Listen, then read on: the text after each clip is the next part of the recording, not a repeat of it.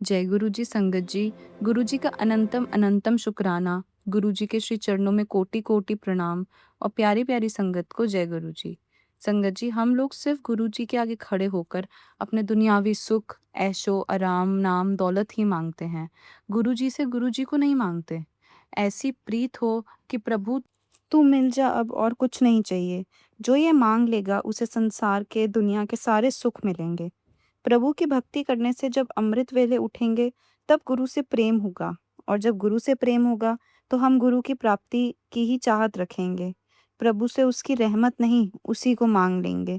इसलिए अमृत वेले उठो, अपने हिस्से की भक्ति करो, प्रभु का नाम जपो। गुरु की रहमत, आशीष, दुनियावी सुख सब वहीं से मिलेंगे। और क्या पता संगत जी, गुरु सिमरन और सत्संग के एक शब्द से ही हमारा जीवन परिवर्तित हो जाए। इसलिए संगत जी, सुमिरन करते रहें, सत्संग करते रहें और सुनते रहें, क्योंकि हमारा जीवन बदलने के लिए सत्संग की एक लाइन भी काफ़ी होती है। इस बात को हम सत्संग के अंत में एक कहानी के माध्यम से समझेंगे। संगत जी, आज के सत्संग बहुत ही सुंदर हैं, बहुत ही खूबसूरत हैं। गुरु जी की प्यारी-प्यारी संगत के सत्संग हैं। आप सारे सत्संग अंत तक सुनें और पूरा सुनें। मैंने कहा ना, हर एक सत्संग बहुत खास है और सत्संग की एक लाइन भी आपके जीवन को परिवर्तित कर सकती है। तो सत्संग अंत तक सुनें। हम सत्संग शुरू करें उससे पहले आप सभी से विनती है कि आप सभी अपने सत्संग बढ़ चढ़कर शेयर करें। अपना सत्संग सुंदर लिखावट में हिंदी में ईमेल आईडी पर, और आप सब व्हाट्सएप भी कर सकते हैं। तो चलिए संगत जी, सत्संग शुरू करते हैं। आज का पहला सत्संग हम गुरुजी की प्यारी संगत इंद्र राम अंकल का सुनेंगे। जय गुरु जी, शुक्राना गुरु जी। ओम नमः शिवाय, शिव जी सदा सहाय। ओम नमः शिवाय, गुरु जी सदा सहाय। संगत जी, मैं दिल्ली से हूँ। यह मेरा पहला सत्संग है। मुझे कुछ समझ नहीं आ रहा है कि क्या लिखूँ, क्या ना लिखूँ। गुरु जी की मुझ पर इतनी ज़्यादा कृपा हुई है कि मैं लिखने में असमर्थ हूँ।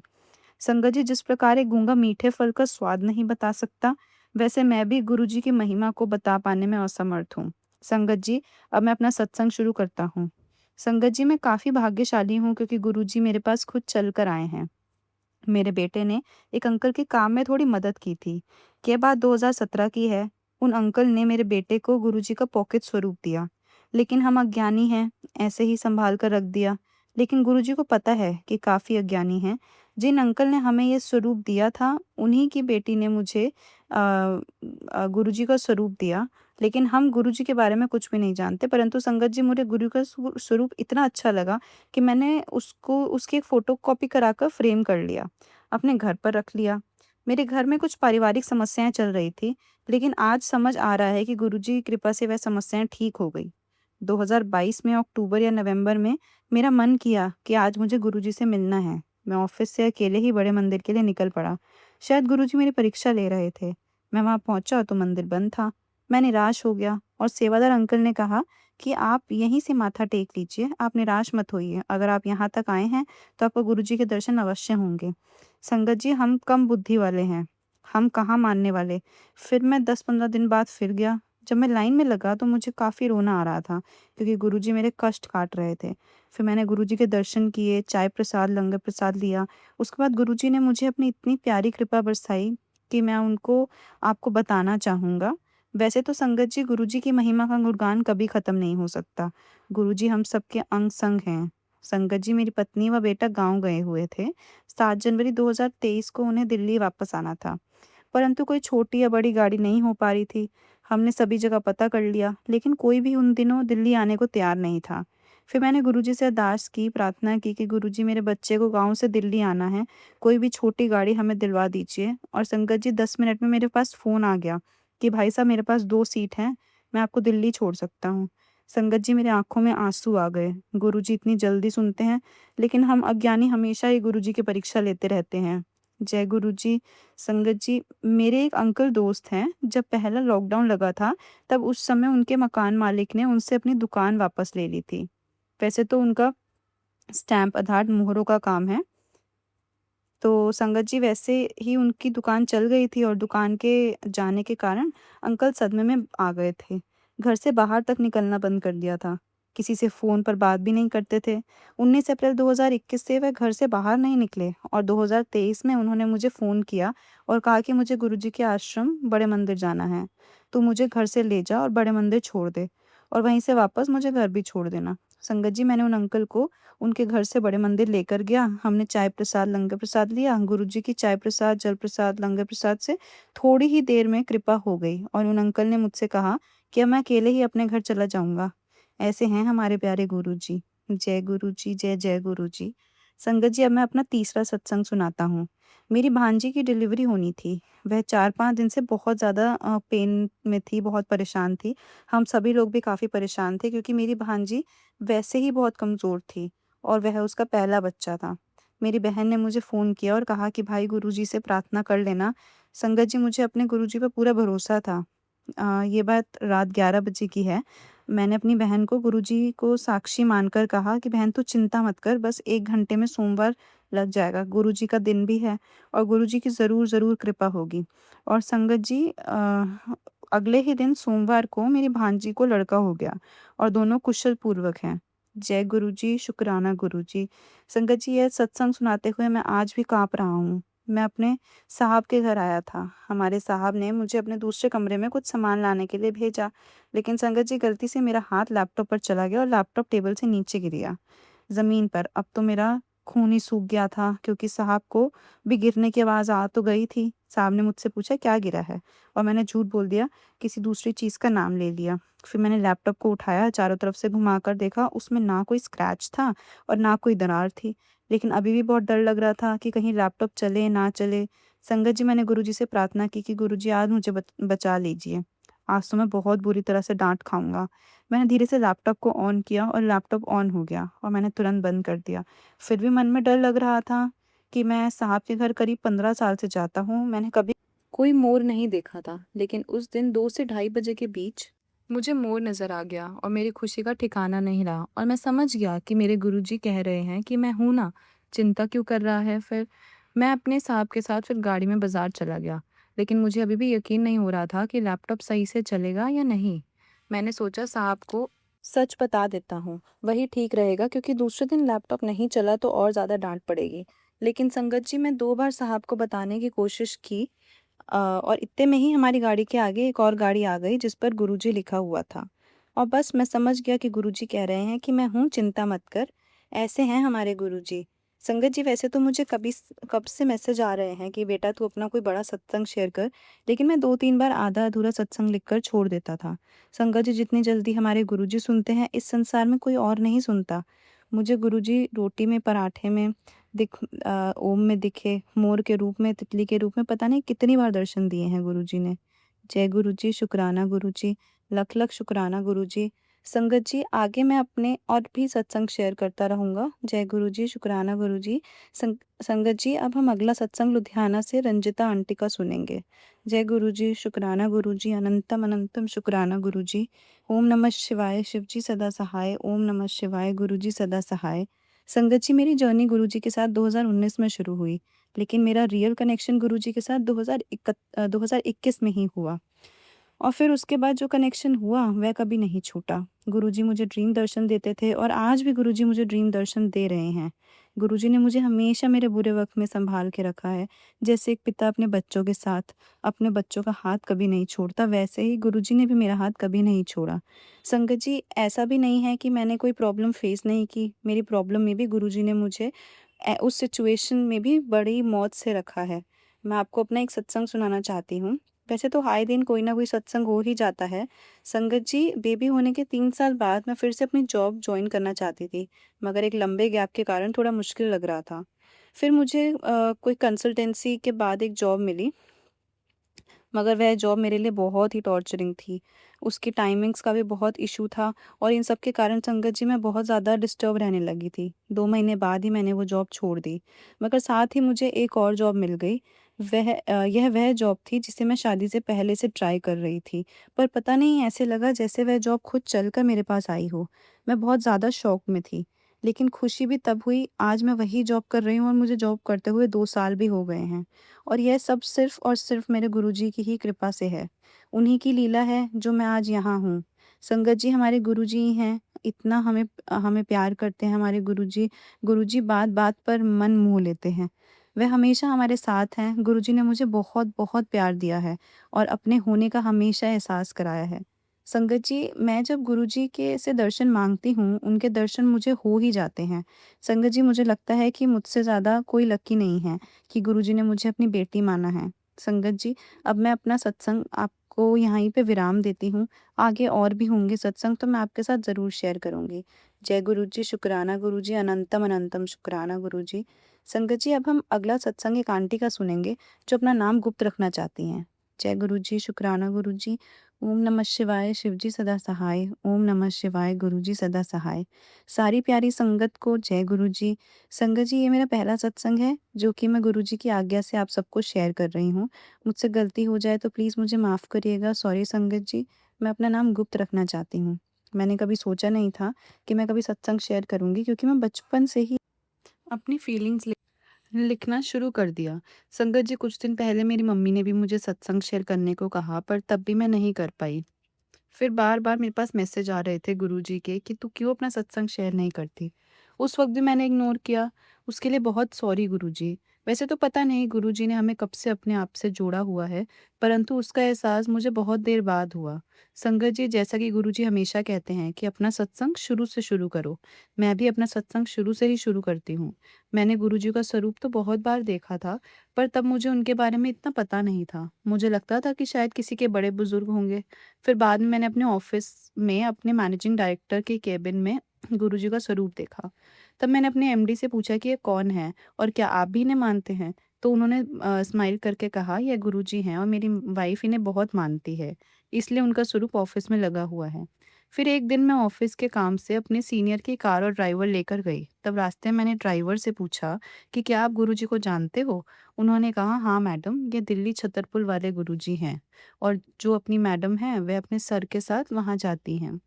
संगत जी, मेरे मन में गुरुजी को जानने की जिज्ञासा और बढ़ गई और मैंने पूछा, क्या मेट्रो में भी जा सकते हैं वहाँ पर? तो उन्होंने कहा, हाँ, बट मेट्रो से बहुत दूर है।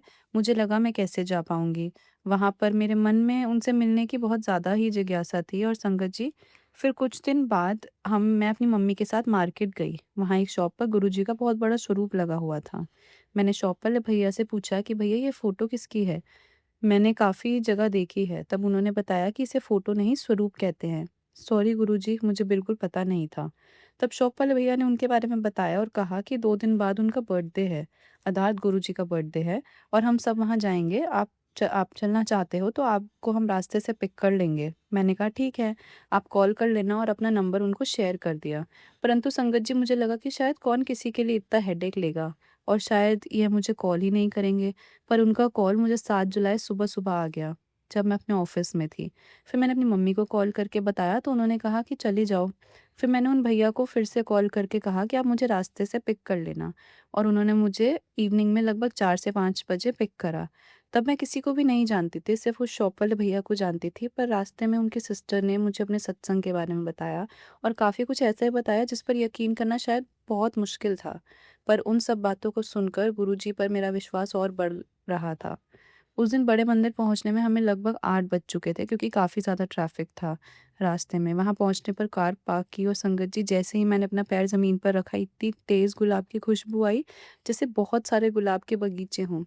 सामने ही एक टेंट लगा था, मुझे लगा शायद वहीं पे गुरुजी का दरबार है और वहाँ गुलाब के फूलों का यूज़ हुआ होगा। तब तक मुझे इतना कुछ पता नहीं था उनके बारे में। और संगत जी, इतनी तेज़ हवा चल रही थी, मोरों की इतनी सुंदर आवाज़ सुनाई दे रही थी, मेरा तो मन ही नहीं किया वहाँ से आगे बढ़ने का। तब मैंने उन दीदी से कहा कि थोड़ी देर यहीं रुक सकते हैं? देखो ना, कितनी अच्छी हवा चल रही है और इतनी अच्छी गुलाबों की खुशबू आ रही है। तब वो दीदी ने मुझे देखा और पूछा कि क्या सच में तुम्हें गुलाबों की खुशबू आ रही है? मैंने कहा, हाँ, क्यों, आपको नहीं आ रही? तब उन्होंने कहा कि मुझे तो कोई खुशबू नहीं आ रही है। मुझे लगा शायद मज़ाक कर रही हैं। ऐसा कैसे हो सकता है? इतनी तेज़ खुशबू आ रही है, उन्हें फ़ील ही नहीं हो रही। फिर मैं अपने साथ आए हुए बाकी लोगों से पूछा, उन्होंने मुझे मना कर दिया कि उन्हें भी कोई खुशबू नहीं आ रही है। तब उन दीदी ने मुझे बताया कि ये गुरुजी की खुशबू है। जिसको यह खुशबू आती है, इसका मतलब उन्होंने उसे ब्लेस कर दिया है। सच में यह सुनकर तो मानो मेरे पैरों तले ज़मीन ही खिसक गई हो और संगत जी, मेरी पूरी बॉडी वाइब्रेट होने लगी कि ऐसा कैसे हो सकता है। थैंक यू सो मच गुरुजी, मुझे अपने ही बर्थडे वाले दिन मुझे अपने आप से जोड़ने के लिए और अपनी ब्लेसिंग्स देने के लिए। गुरुजी से मिलने के बाद ऐसा लगा जैसे लाइफ की सब टेंशन ही दूर हो गई हो। थैंक यू गुरुजी। सबसे बड़ी हैरानी तो तब हुई जब गुरुजी का दरबार पार्किंग से लगभग 1 किलोमीटर दूर था और जिस टेंट को मैं गुरुजी का दरबार समझ रही थी वो तो जोड़ा घर था। अर्थात वहाँ पर जूते-चप्पल रखे गए थे। तब मुझे सच में गुरुजी का एहसास हुआ। थैंक यू सो मच गुरुजी। मैंने तो कभी सोचा भी नहीं था कि मैं इतनी किस्मत वाली हूँ जिसे आपसे मिलने पर आपकी ब्लेसिंग्स मिलने का सौभाग्य मिलेगा। अब तक की मेरी लाइफ का में सिर्फ टेंशन और रोना ही था, पर गुरुजी से मिलने के बाद मुझे एक नई राह मिली थी। हमने वहाँ गुरुजी के दर्शन किए, लंगर प्रसाद खाया, वापस आते हुए फिर से वही गुलाबों की खुशबू आई। लेकिन संगत जी, जब मैंने अपने आस-पास देखा तो कोई फूल नहीं थे। थैंक यू गुरुजी, मुझे अपना एहसास कराने के लिए। शुरू से लास्ट तक मुझे वह खुशबू आती रही। उस दिन रात में हम 2 बजे घर पहुँचे और उनके चमत्कार तो देखिए। ज़्यादा मैं रोई, मुझे ऐसे लगा जैसे सच में भगवान ने हाथ पकड़ लिया है और मुझे चुप कराने आए हों। मैंने अपने साथ हुए इस चमत्कार को मम्मी को बताया, तब वह भी बहुत हैरान हुई और उनका विश्वास भी गुरुजी में बन गया। कुछ दिनों के बाद फिर से लाइफ नॉर्मल हो गई, पर गुरुजी पर विश्वास बना रहा। अब मैं ये सोचती हूँ कि एक बार तो मैं उनके साथ चली गई, अब दोबारा अकेली कैसे जाऊँ? यही सोचते हुए रह जाती। फिर नवंबर में मेरा बर्थडे आया और उस दिन मेरा सुबह-सुबह किसी से झगड़ा हो गया और पूरा दिन मेरा मूड बहुत-बहुत ख़राब रहा। ऐसा मन कर रहा था कि कहीं चली जाऊँ और दोबारा वापस ना आऊँ। फिर मैंने सोचा कि गुरुजी के बड़े मंदिर ही हो आती हूँ। उस दिन इवनिंग में मैं ऑफ़िस से जल्दी निकल आई और बड़े मंदिर कैसे पहुँच गई पता ही नहीं चला। मैं बहुत परेशान थी उस दिन और वहाँ जाते ही बहुत सुकून मिला। पर मेरा मूड इतना ख़राब था कि अपने आप ही आँसू आने लगे और गुरुजी से पूछने लगी, "क्यों मेरे हर बर्थडे पर ऐसा हो जाता है? पूरे साल में इतने दिन होते हैं परेशान होने के लिए, एक दिन तो खुशी दे दिया करो। ऐसा भी क्या पाप हो गया है मुझसे?" यही सब सोचकर गुरुजी से अरदास करती रही, पर मुझे क्या पता था अगर ऐसा ना होता तो शायद मुझे अपने बर्थडे वाले दिन गुरुजी की ब्लेसिंग्स ही नहीं मिलती। संगत जी, उस टाइम तो मुझे ये सब समझ नहीं आता था। फिर जैसे ही मैं लंगर प्रसाद के लिए गई, वहाँ मुझे लंगर प्रसाद मिला। मन बहुत ख़राब था, इसलिए वहाँ किसी पर ध्यान नहीं दिया और अपना लंगर खाने लगी। तब साथ में बैठी हुई आंटी जी ने कहा कि आपको तो 3 रोटी प्रसाद मिली हैं। मैंने कहा, हाँ, सबको ऐसे ही मिलती है। तब वह बोली, नहीं, सबको सिर्फ़ 2 ही रोटी प्रसाद मिलती हैं। देखो, मैंने सबको देखा तो सबको 2 ही रोटी प्रसाद थी और मुझे 3। फिर सोचा गलती से आ गई होगी, पर जैसे ही दूसरी रोटी देखी उस पर ओम के दर्शन हुए। जय गुरुजी, शुक्राना गुरुजी। यह देखकर साथ वाली आंटी बोली, देखो गुरुजी ने तुम्हें ब्लेस किया है। मैं इतनी खुश हो गई कि मुझे लगने लगा कि गुरुजी मेरे साथ ही हैं और यह गुरुजी का ही प्लान था मुझे बड़े मंदिर बुलाने का, मुझे ब्लेस करने का। थैंक यू सो मच गुरुजी। संगत जी, अक्सर हम गुरुजी से शिकायत करते हैं कि आपने हमारे साथ ठीक नहीं किया, फिर भी हम हमारे भले के लिए ही सोचते हैं गुरुजी। थैंक यू सो मच गुरुजी।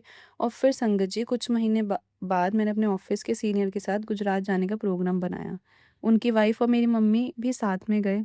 वहाँ हमने भेंट द्वारकाधीश के दर्शन किए और नेक्स्ट डे हम सोमनाथ टेम्पल जाने लगे थे। जब हमारा भेंट द्वारका से वापस आ रहे थे तो हमें एक फैमिली मिली जिसमें 3 लेडी और 1 जेंट्स थे। बातों-बातों में उन अंकल ने हमें बताया कि वह सोमनाथ मंदिर के दर्शन करके आए हैं और उन्हें कल अहमदाबाद जाना है। तभी मैंने उनसे सोमनाथ मंदिर के आसपास के होटल के बारे में पूछा। उन्होंने हमें ट्रस्ट की धर्मशाला में रुकने की सजेशन दी और कहा कि सारे रूम होटल जैसे ही हैं। मैंने उनका एड्रेस भी ले लिया और संगत जी, नेक्स्ट डे हम वहाँ रात को 8 बजे पहुँचे और बताए हुए ट्रस्ट धर्मशाला में रूम्स ले लिए।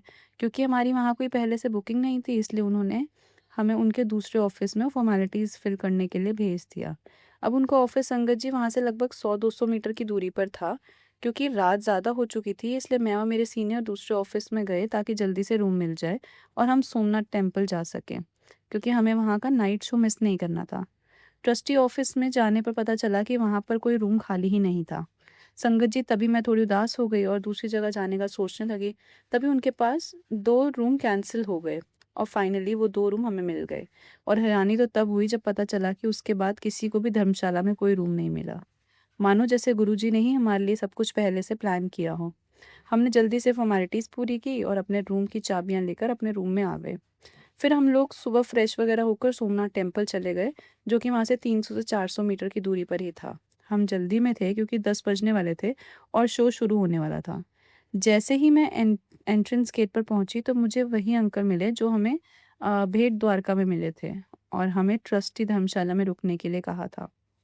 मेरे साथ के सभी लोग आगे चल गए थे और मैं ही लास्ट में थी और उनसे बात कर रही थी कि आप यहाँ कैसे, किसके साथ हैं, बाकी लोग कहाँ हैं। वो अंकल हँसने लगे और कहा कि बाद में बात करेंगे, नहीं तो टेम्पल शो शुरू हो जाएगा और आप उसे मिस कर दोगे। फिर भी पता नहीं संगत जी, मैं उनसे बात करना चाहती थी पर उनके कहने पर मैं जाने लगी और मुड़कर उनसे बोला, क्या आप वही तो नहीं हैं जो मैं सोच रही हूँ? शायद मेरे मन को भगवान का एहसास हो चुका था। फिर उन्होंने कुछ नहीं कहा और हँसने लगे और कहा कि अभी शो देखना, बाद में मुझसे बात करना। मैं भी जल्दी में थी, पर मैंने उनसे कहा कि आप कहीं मत जाना, मुझे आपसे बात करनी है। उन्होंने कहा ठीक है, अभी जाओ। मैं लेट हो गई थी और तब तक मेरे साथ के सभी लोग वहाँ पहुँच चुके थे और टेम्पल शो स्टार्ट हो चुका था। हम सब ने वहाँ सोमनाथ टेम्पल का पूरा शो देखा। जिस तरह टेम्पल पर लाइट्स पड़ रही थी, मानो जैसे स्वर्ग का नज़ारा देख लिया था। मेरी मम्मी तो बस वहाँ से उस नज़ारे को देखती ही रह गई और शुक्र करती रही और शिवलिंग के इतने सुंदर दर्शन हुए, मानो जैसे भगवान हमारा ही वेट कर रहे हों। हम सब ने वहाँ 5 से 7 मिनट रुककर बहुत अच्छे दर्शन किए, क्योंकि नेक्स्ट डे हमें जल्दी ही निकलना था और दोबारा शायद मंदिर आना पॉसिबल नहीं था। अगली सुबह हम रेडी हुए तो निकलने से पहले सोचा क्यों ना एक बार फिर से टेम्पल हो आएँ। यह सोचकर हम फिर से टेम्पल आए। इस समय टेम्पल में थोड़ा-सा रश था और हम सब आगे-पीछे हो गए। जब मैं लाइन में खड़ी अपने नंबर का वेट कर रही थी तो मैंने देखा साथ वाले जेंट्स की लाइन में एक अंकल अपने माथे पर वैसे ही तिलक लगाए हुए हैं जैसे कि भगवान शिव के होते हैं। मैं उन्हें देखती रही और रियलाइज़ किया कि ये तो वही अंकल हैं जो मुझे कल मिले थे। मुझे लगा वो मुझे पहचान कर बात करेंगे, पर उन्होंने कोई बात नहीं की।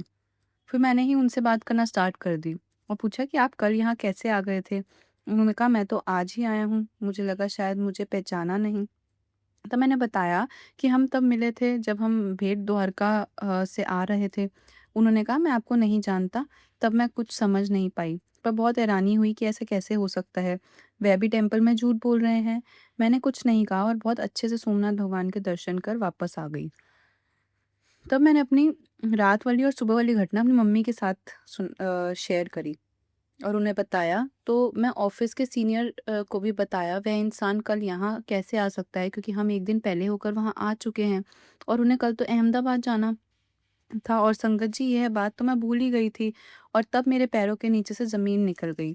मुझे तब याद आया कि वह तो हमसे 1 दिन पहले ही यहाँ आए थे और कल तो उन्हें वापस जाना था। संगत जी, तब मैंने सोचा कि शायद जो मैंने उनसे कहा था कि कहीं आप वही तो नहीं जो मैं समझती हूँ, जो मैं समझ रही हूँ, तो वो साक्षात महाशिव ही थे, जो कि हमारे लिए रूम्स का भी इंतज़ाम कर रहे थे और उस रात उन्होंने मुझे ही दर्शन दिए, क्योंकि मेरे साथ के बाकी सब लोग पहले ही जा चुके थे।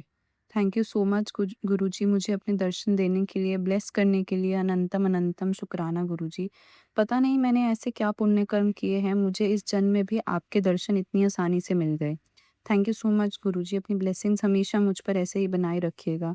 सॉरी गुरुजी, आपको पहचानने के बाद भी मैं वहाँ रुकी क्यों नहीं? क्यों मैंने आपसे बात नहीं की?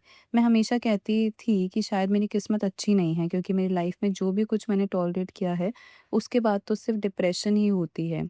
एक खुशी को जैसे किसी न किसी की नज़र लग गई हो, ऐसा था। कोई भी खुशी ज़्यादा देर के लिए टिकती नहीं थी। मैं अपनी किस्मत को बहुत बुरा समझती थी। भगवान शिव के दर्शन तो सपने में भी नहीं सोच सकती थी। पता नहीं कैसे मुझे भगवान शिव इतनी आसानी से मिल गए। मुझ पर अपनी दया दृष्टि करने के लिए आपको कोटि-कोटि नमन। संगत जी, ये जो सारी बातें मैं आपको बता रही हूँ, इन सब बातों का ज्ञान मुझे बहुत बाद में हुआ। गुरुजी, अब मैं बहुत अच्छे से आपको जान गई हूँ, आपकी भक्ति को जान गई हूँ। जो कुछ भी आपने मुझे लाइफ में नहीं दिया है, उसके पीछे भी मेरी ही कुछ भलाई हुई होगी। इसलिए संगत जी, कभी भी जब आपके साथ कुछ गलत हो, तो उदास मत होना, शुक्राना करना कि गुरुजी ने आपको किसी बहुत बड़े नुकसान से बचा लिया। ये मेरा पहला सत्संग है, जो कि थोड़ा-सा लंबा हो गया है। प्लीज़ संगत जी, अगर मुझसे कोई भी गलती हो गई हो तो मुझे माफ़ कर देना। सत्संग तो वैसे बहुत सारे हैं, अगर गुरुजी ने चाहा तो मैं अपने बाकी के सत्संग भी ज़रूर शेयर करूँगी। गुरुजी, अपनी ब्लेसिंग सब पर इसी तरह बनाए रखिएगा। Thank you guruji, love you guruji. ओम नमः शिवाय, शिवजी सदा सहाय। ओम नमः शिवाय, गुरुजी सदा सहाय। संगत जी, हमेशा की तरह हम अपने सत्संग का अंत एक बहुत ही खूबसूरत कहानी से करेंगे। संगत जी, मैंने शुरू में आपको एक बात कही थी कि सत्संग की एक लाइन या सत्संग का एक शब्द भी हमारे जीवन में परिवर्तन ला सकता है। इसी को हम एक कहानी के माध्यम से और समझते हैं। एक राजा था और उस राजा को राज भोगते हुए काफ़ी समय हो गया था। बाल भी सफ़ेद होने लग गए थे। एक दिन उसने अपने दरबार में एक उत्सव रखा और अपने गुरुदेव और अपने मित्र देश के राजाओं को आमंत्रित किया। उत्सव को रोचक बनाने के लिए राज्य की सुप्रसिद्ध नृत्य को भी बुलाया। राजा ने कुछ मुद्राएं अपने गुरुजी को भी दी ताकि यदि वह चाहें तो नृत्य की या अच्छे गीत या नृत्य पर उनको पुरस्कार दे सकें। सारी रात नृत्य चलता रहा। ब्रह्मा मुहूर्त की बेला आई और नृत्यिका ने देखा कि मेरे तबले वाले सो रहे हैं और उनको जगाने के लिए नृत्यिका ने एक दोहा पढ़ा।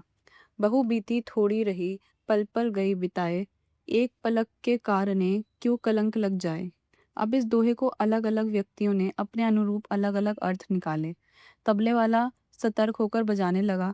जब ये बात गुरुजी ने सुनी तो उन्होंने सारी मोहर उस नर्तिका के सामने फेंक दी। वही दोहा नर्तिका ने फिर पढ़ा तो राजा की लड़की ने अपना नवलखा हार नर्तिका को भेंट कर दिया। अब नर्तिका ने फिर से वही दोहा दोहराया तो राजा के पुत्र युवराज ने अपना मुकुट उतारकर नर्तिका को समर्पित कर दिया। नर्तिका फिर वही दोहा दोहराने लगी तो राजा ने कहा बस कर, एक ही दोहा दोहरा कर तूने हम सबको लूट लिया है। यह बात राजा के गुरु ने सुनी तो गुरु के नेत्रों में आंसू आ गए और गुरुजी कहने लगे, इसको तू वैश्या मत कह, यह तो अब से मेरी गुरु बन गई है। इसने मेरी आंखें खोल दी हैं। ये कह रही थी कि मैं सारी उम्र संयम पूर्वक भक्ति करता रहा और आखिरी समय में कर नृतक देखकर मुजरा देखकर अपनी साधना नष्ट करने यहाँ चला आया हूँ। भाई मैं तो यहाँ से चला। यह कहकर गुरुजी ने अपना कमंडल उठाकर जंगल की ओर चल पड़े। राजा की लड़की ने कहा, पिताजी मैं जवान हो गई हूँ। आप आंख बंद किए बैठे हैं। मेरी शादी कर रहे थे और आज रात मैंने आपके महावत के साथ भागकर अपना जीवन बर्बाद कर लेना था। लेकिन इस नृत्यिका ने मुझे सद्बुद्धि दी कि जल्दबाजी मत कर, कभी तो तेरी शादी होगी ही, क्यों अपने पिता को कलंकित करने पर तुली है। फिर युवराज ने कहा, पिताजी आप वज्र हो चले हैं, फिर भी मुझे राजपाट नहीं दे रहे हैं। मैंने आज रात ही आपके सिपाहियों से मिलकर आपका कत्ल करवा देना था, लेकिन इस नर्तिका ने मुझे समझाया कि पगले, आज नहीं तो कल आखिर राजपाट तो तुम्हें ही मिलना है, फिर क्यों अपने पिता के खून का कलंक अपने सिर पर लेता है। धैर्य रख। जब यह सब बातें राजा ने सुनी तो राजा को भी आत्मज्ञान हो गया। राजा के मन में वैराग्य आ गया। राजा ने तुरंत फैसला लिया, क्यों ना मैं अभी युवराज का राज तिलक कर दूं। बस फिर क्या था। उसी समय राजा ने युवराज का राज तिलक किया और अपनी पुत्री से कहा, पुत्री दरबार में एक से एक राजकुमार आए हुए हैं। तुम अपनी इच्छा से किसी भी राजकुमार के गले में वरमाला डाल दो, उसी समय निर्णय ले लिया जाएगा। आज से मैं अपने इस बुरे कार्य को बंद करती हूँ। और कहा कि हे प्रभु, मेरे पापों से मुझे क्षमा करना, बस आज मैं सिर्फ तेरा नाम सुमिरन करूंगी।